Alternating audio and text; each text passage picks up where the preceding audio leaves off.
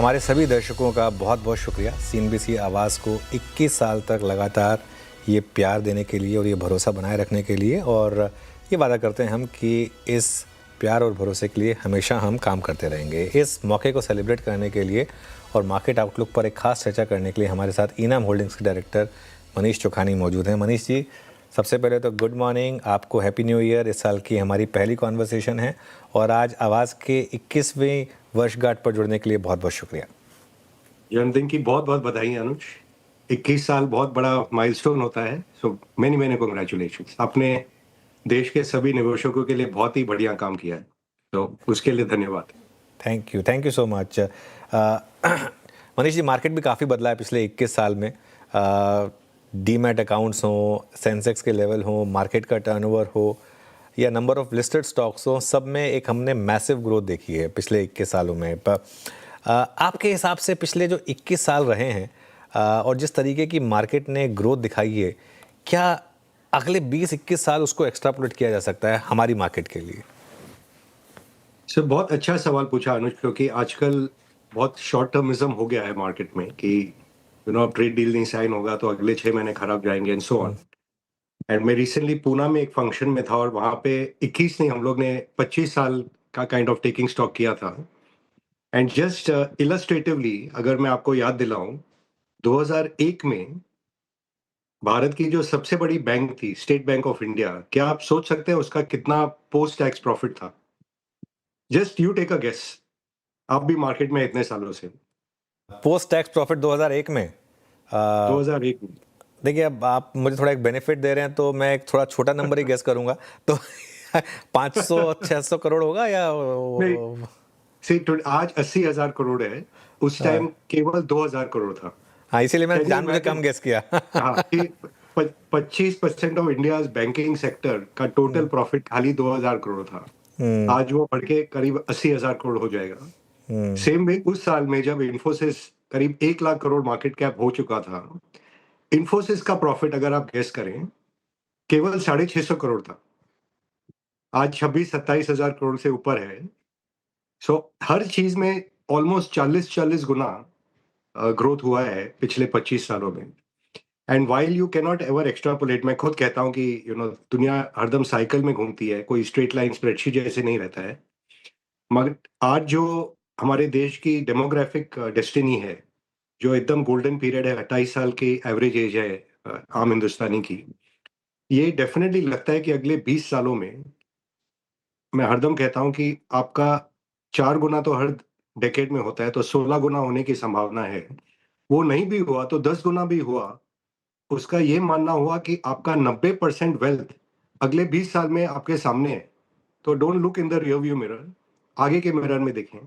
And अभी भी काफी पोटेंशियल है। जो ये कंपनियां हैं आज भी, अगर हम कहें कि स्टेट बैंक से $10 बिलियन भी नहीं कमाता है आज, उसी को आप 10-20 साल बाद देखेंगे तो state bank, ICICI, HDFC, axis, Kotak, ये सब जो मेन बैंक्स हैं, इनका आप साइज अगर आप सोच पाए कि ये जो 20-25 ट्रिलियन की इकोनॉमी बनने जा रही है, उसमें सेविंग रेट होगा। उसी में again I give you, sorry I am diverting, कि जो profit state bank of India का था 2001 में, उससे ज्यादा प्रॉफिट आज स्टेट बैंक म्यूचुअल फंड और आईसीआईसीआई म्यूचुअल फंड कमाता है। So again that gives you an example कि अगले 20 सालों में ये म्यूचुअल फंड इंडस्ट्री में भी शायद कितना ग्रोथ हो जाए। So I am just giving one sector and one example to make the point. जैसे अनदर एग्जांपल, आई रिमेंबर 2008 में जब हम लोग ने बजाज फाइनेंस लिया था, उसका प्रॉफिट आप, you will not believe me when I tell you, उसका प्रॉफिट 20 करोड़ रुपया था। आज 20,000 करोड़ पे है, 1000 टाइम्स। सो ये अपॉर्चुनिटीज मिलते हैं अपने देश में, खाली थोड़ा जूम आउट करके लेंस को देखें एंड थोड़ा इन्वेस्टमेंट होराइजन बढ़ाएं, क्योंकि अपनी एज भी कम है हिंदुस्तान में। तो I think we are in a very very good period. 20 crore profit था बजाज 20 फाइनेंस करोड़ का। केवल 2008 में। ओह मैन, काश टाइम मशीन होती 2008 में वापस जा पाते। But you needed guts to buy at that time. हाँ, खैर और कहने को इजी है, बट इट्स नॉट कि अगर 1 करोड़ भी डाला होता तो आज 1,000 करोड़ हो जाता हूँ। बट उस टाइम 1 करोड़ डालने में बहुत गट्स चाहिए। So, खैर उस समय तो 1 करोड़ बहुत बड़ा अमाउंट था। वैसे खैर 1 करोड़ तो आज भी मतलब आपके श्योर, लिए नहीं होगा, मेरे लिए तो है। श्योर। लेकिन अच्छा अच्छा मनीष जी, एक चीज़ आपसे पूछूंगा फिर मैं। अब हाँ, हमारे जो नए इन्वेस्टर हैं, और ख़ास तौर से पिछले 4 से 5 साल में एक जेनजी ये इन्वेस्टर्स काफ़ी आए हैं मार्केट में। हाँ, कुछ कह रहे हैं आप, सॉरी। नहीं, आप मैं देखा आपका कोई बजाज फाइनेंस का स्लाइड में 10,000 का 5 करोड़ हो गया, ये उल्टा हो गया आपका स्लाइड। अच्छा, इसको बट इसको एनीवे। हाँ, नहीं नहीं, इसको हाँ इसको जी। इसको ठीक कर देते हैं। हाँ। इसको, हाँ, इसको, हाँ, ये नहीं, 10,000 रुपये, 10,000 रुपये अच्छा, हाँ, 5 करोड़ ओके, हो गए। ओके, ओके, 10,000 रुपये अगर आपने हाँ, डाले होते। 2005 से देखिए मनीष मनीष जी, श्योर। इशू क्या है ना, आप सीधा करोड़ के बारे में सोचते हैं स्टार्टिंग पॉइंट, हम हाँ, 10,000 राइट, से सोचते हैं। तो वो राइट, थोड़ा सॉरी। सा वहाँ पे नहीं, नहीं, माफ डिफरेंस है। कीजिए मुझे, माफ कीजिए, मेरी गलती नहीं है। नहीं नहीं नहीं नहीं नहीं, तो ठीक है। तो मैं ये पूछ रहा था कि अभी जो हमारे जेनजी इन्वेस्टर्स हैं, पिछले 4-5 साल में उनकी काफ़ी ग्रोथ हुई है, वो हाँ काफ़ी जी। आए हैं इस मार्केट में। वो ये पूछेंगे कि अगला बजाज फाइनेंस ढूंढना हो तो कैसे ढूंढें फिर हम। वो किसी को नहीं पता, अगर पता होता तो हम लोग सब केवल बजाज फाइनेंस लिए होते। सो ये जो पोर्टफोलियो कंस्ट्रक्ट है, ये सिंपल है कि आज व्हाई डू वी से कि आप पूरा जू नहीं बनाएं, कि अगर 50 स्टॉक ले लिए और हर स्टॉक में आपका 2-2% पोजीशन है, तो अगर आप लकी भी हो गए तो आप कितना लकी होंगे। तो इसलिए वी ट्राई एंड डू कि आप 20 स्टॉक लीजिए खाली, या जो फ्लेक्सी कैप या फोकस फंड में अगर आप खुद नहीं देख पाते तो उसमें पैसा दीजिए। क्योंकि ultimately the greatest wealth creation does come from mid caps, जो कि लार्ज कैप बन जाए और जो टॉप 20-25 कंपनीज में आ जाए। क्योंकि आज भी हिंदुस्तान में अगर आप देखें, जो टॉप 11 कंपनी है उसमें 25% मार्केट कैप हो गया, कि मोर देन $1 ट्रिलियन का मार्केट कैप केवल 11 कंपनियों में है। अगर एक कंपनी जैसे क्वार्टाइल 2 में टाइटन है, क्वार्टाइल 1 में हम लोग के वी वर बेनिफिशियरीज की, ये सब इन्फोसिस और सब आ गए, and they had started as small caps. But अगर वैसी कंपनी मिल जाए, जैसे राकेश जी का लेजेंडरी इन्वेस्टमेंट था टाइटन में, वो तो क्वार्टाइल 2 की कंपनी है, क्वार्टाइल 1 में भी नहीं आई है। तो ऐसा एक या दो यू नो पोर्टफोलियो में स्टॉक आ जाए और उसमें पोजीशन साइज ठीक हो, कि 5% पोजीशन लिया हुआ हो, तो आपके एकदम वारे न्यारे हो जाए। एंड ये इतना चर्न है आज हिंदुस्तान में, कि जब मैं मार्केट में चालू किया था 1990 में, आई डोंट थिंक इंडेक्स के 10-12 कंपनी बचे होंगे, 20 तो निकल गए होंगे उस इंडेक्स से। तो ये जो चर्न होता है कि अगला कौन सा कंपनी है जिसमें इंडेक्स में आने की क्षमता है, वो कंपनी को अगर आप 5 से 6 साल पहले ले पाएँ and then just hold through the journey, असली मज़ा उसमें आता है। मनीष जी, आपने ना पासिंग में एक बात कही, क्योंकि हमने लॉन्ग टर्म की बात की थी। आपने बिल्कुल सही कहा कि कई बार हम इस चीज़ में खो जाते हैं कि ट्रेड डील नहीं हुई तो मार्केट नहीं चल रहा हाँ है, जी। 6 महीने नहीं चलेगा। लेकिन ये भी फैक्ट है कि जो डोनाल्ड ट्रंप ने पिछले 6 महीनों में, 8 महीनों में किया, ये एक बहुत बड़ा मैक्रो इवेंट है जियो पॉलिटिक्स के एब्सोल्यूटली। लिए, दुनिया जिस तरीके से चल रही है उसके लिए। कहीं ना कहीं purely from the investment point of view, इस फैक्टर को कैसे देखें? अगर एक टैरिफ एक रियलिटी रहेगी, तो क्या इन्वेस्टिंग अप्रोच को अपना बदलना होगा उस हिसाब से? जी, ये भी बहुत सही पूछा आपने, कि जो कोल्ड वॉर चल रहा था बिटवीन यूएसए एंड रशिया, जो 1989 1990 में जाके खत्म हुआ, उसके बाद जो गोल्डन पीरियड था कि US exceptionalism, US becomes the ruling power of the world. मेरा ये मानना है कि 2019-20 तक वो जाके खत्म हो चुका था। उन्होंने चाइना पे सीधे-सीधे दावा बोला था ट्रम्प के फर्स्ट प्रेसिडेंसी में, और चाइना ने उसको एक वेक अप कॉल मानते हुए पिछले 10 सालों में जो इनक्रेडिबल प्रोग्रेस किया है, उससे ये एक्चुअली G2 हो गया है।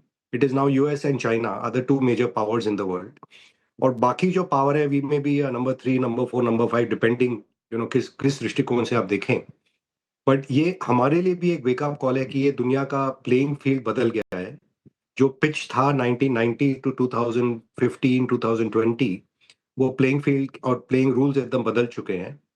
और जैसे चाइना ने ये वेकअप कॉल लिया था 2016 में ट्रम्प के प्रेसिडेंसी के एंड के करीब, कि हमें अपने पैरों पे खड़ा होके अपनी टेक्नोलॉजी, अपना डिफेंस, अपने सिस्टम्स, अपने रूल्स और कायदे से काम करना होगा। आई थिंक ये वेकअप कॉल मोमेंट इंडिया के लिए बहुत क्लियरली आ चुका है।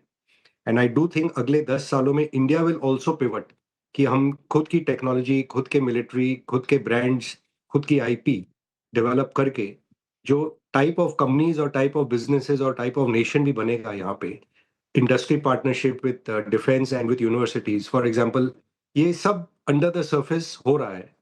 तो आपका क्वेश्चन एकदम सही है कि the playing field has changed, और जो पुराने रूल से आप गेम खेलते रहोगे, तो आप इस आने वाले दशक में you will not be a big beneficiaries. And इसलिए जो छोटी कंपनियां हैं which may not yet be listed, I don't know if all your investors will have access, but वहां पे ध्यान देना जरूरी है। जैसे मेरा लड़का 32 साल का है, वो काफी ध्यान अब इन सब कंपनियों में दे रहा है, इंडिया में भी और इंडिया के बाहर भी, कि जब तक जैसे वो एक बुलंदी फिल्म आई थी, उसका राजकुमार का बड़ा फेमस डायलॉग था कि खुद ही को कर बुलंद इतना कि खुदा भी तुझसे पूछे तेरी रजा क्या है। आई थिंक वो मोमेंट आ गया है इंडिया के सामने भी, कि हमको ही अपने ऐसे पैरों पे खड़ा होना होगा कि we don't look left and right, क्योंकि we are surrounded not by a very friendly neighbourhood. बिल्कुल। So there is a moment of, I think India standing up, जैसे आई थिंक चाइना में 10-15 सालों में हुआ है। हमारा भी वो मोमेंट आ चुका है। हमने ये भी देखा, अगर आप याद करें, जब हमारे न्यूक्लियर टेस्ट हुए थे 98 99 में, और यूएस ने उस टाइम भी एम्बार्गो डाला था, उसके बाद जो पोस्चर इंडिया ने भी लिया था दुनिया के करीब, उस टाइम भी फिर Pakistan had tried, their tricks, and Kargil war and all had erupted. But the progress we made because of that, I would say, hardship में आदमी प्रोग्रेस ज्यादा करता है, और ये hardship America has unfortunately forced on us, China has unfortunately forced on us, क्योंकि हमें किसी से दुश्मनी थी नहीं, हम अच्छे भाव से सबके साथ चलने की कोशिश में थे। बट ये वेकअप कॉल डेफिनेटली हिंदुस्तान के लिए आ चुका है, and because of this I feel we will make a very very substantial response. बहुत शानदार बात की आपने, आत्मनिर्भर बनने की ज़रूरत है यहाँ पर इस समय। तो क्या जो डोमेस्टिक मैन्युफैक्चरिंग है उसमें मौके ढूंढे जाएं, मनीष जी? अनुज जी देखिए, 5 मेन थीम चलते हैं इंडिया में ऑलवेज। एक तो जो काम भारत सरकार को करना रहता है वो पूरी तरह से कर नहीं पाते, तो प्राइवेट सेक्टर में जाता है। तो टेलीकॉम हो कि पोर्ट्स हो कि एयरलाइंस हो कि टीवी हो कि जो भी क्षेत्र से गवर्नमेंट निकला, वहां पे the potential, because the market is already there, the potential is very very large. तो पहला क्षेत्र ये हुआ, और इसमें अभी भी अपॉर्चुनिटीज हैं।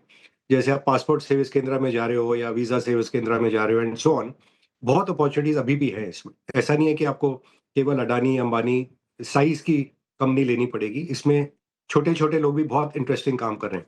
जैसे मुंबई वन का ऐप भी बन गया है प्राइवेट सेक्टर में, as an example. So that is number one.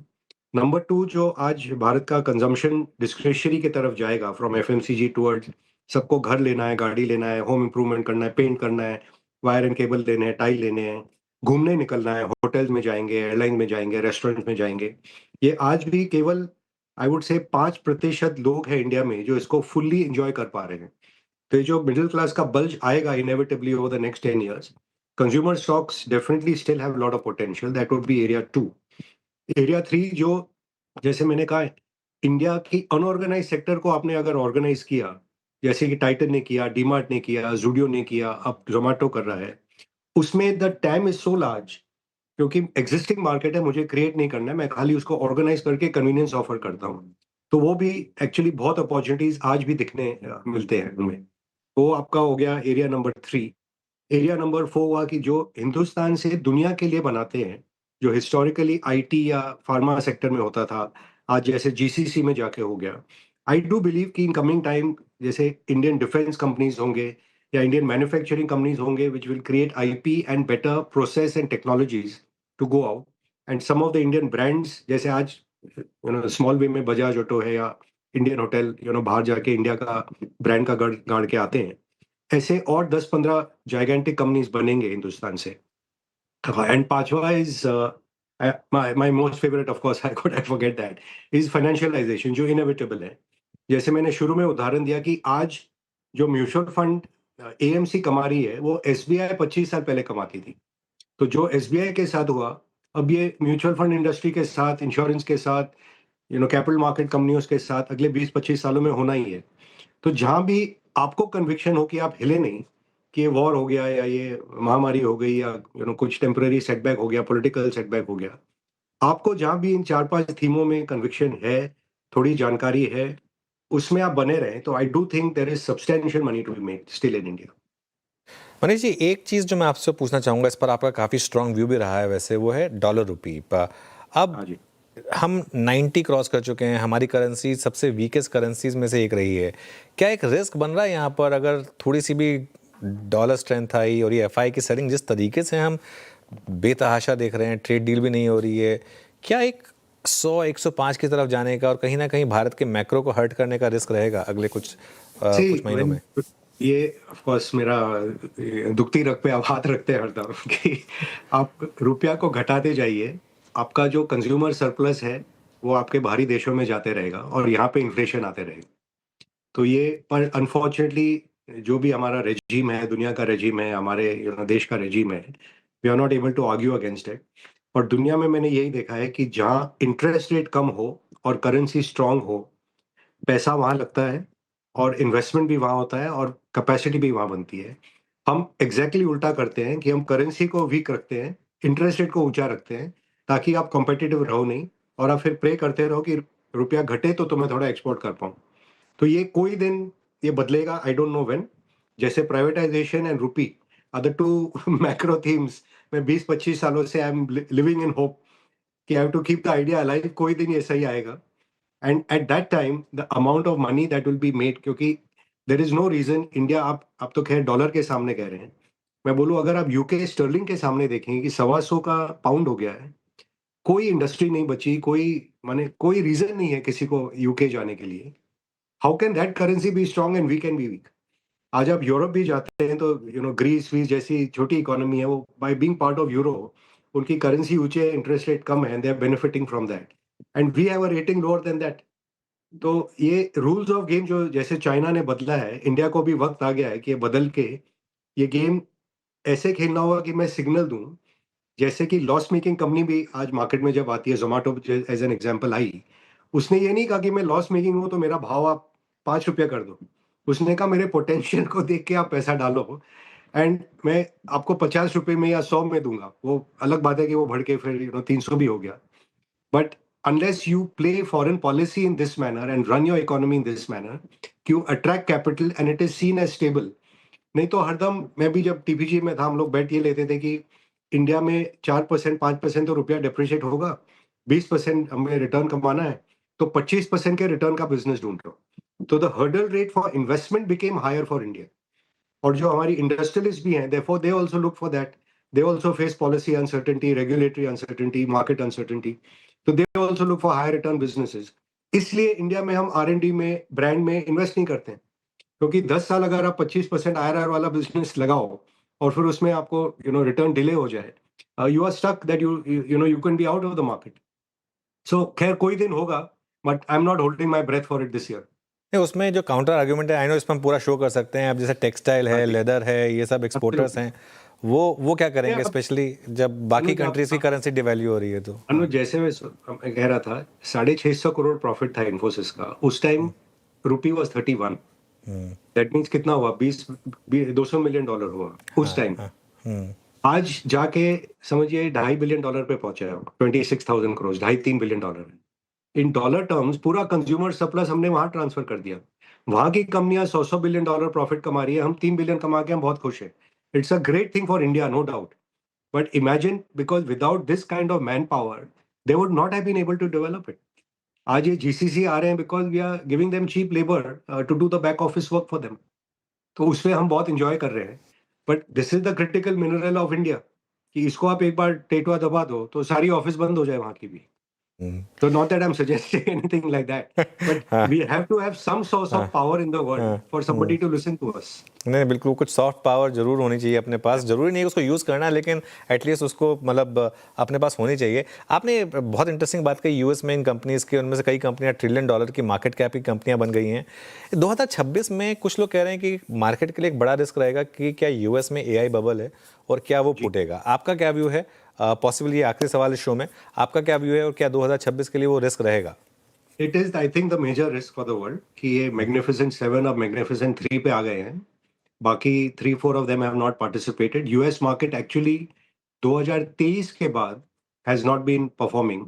Other markets have been doing well. आपने गोल्ड देखा, पिछले साल में भी ऑलरेडी इमर्जिंग मार्केट्स, कोरिया हो कि इवन लैटिन अमेरिका हो, ताइवान हो, all have outperformed US. Even Europe has outperformed US.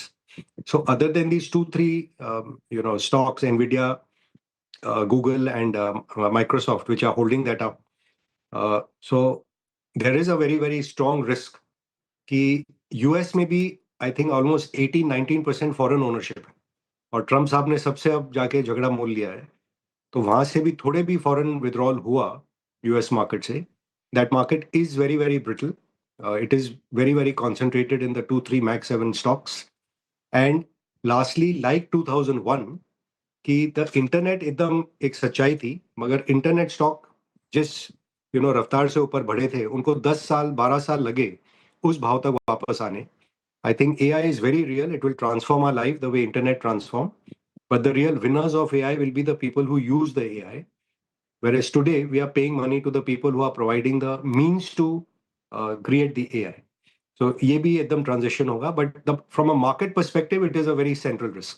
मुझे याद है बिल्कुल, आपने एक बात और भी कही थी कि ग्रीन एनर्जी से ज़्यादा शायद आप उन पर बैठ लेंगे जो आगे जाकर इस एनर्जी को यूज़ करेंगे और उनके बेनिफिशरीज होंगे. मनीष जी, बहुत बहुत शुक्रिया हमारे साथ जुड़ने के लिए. आपके साथ बात करके हमेशा अच्छा लगता है, क्योंकि आप एकदम मैक्रो और माइक्रो दोनों को जोड़कर जो एग्जाम्पल्स देते हैं वो एक काफ़ी हेल्पफुल होते हैं. थैंक यू सो मच आज हमारे साथ जुड़ने थैंक यू, के लिए. धन्यवाद अनुज. चलिए एक छोटा सा ब्रेक ले रहे हैं, इसके बाद लौटिए CNBC आवाज़ पर और न्यूज़ और व्यूज़ यहाँ पर जारी रहेंगे.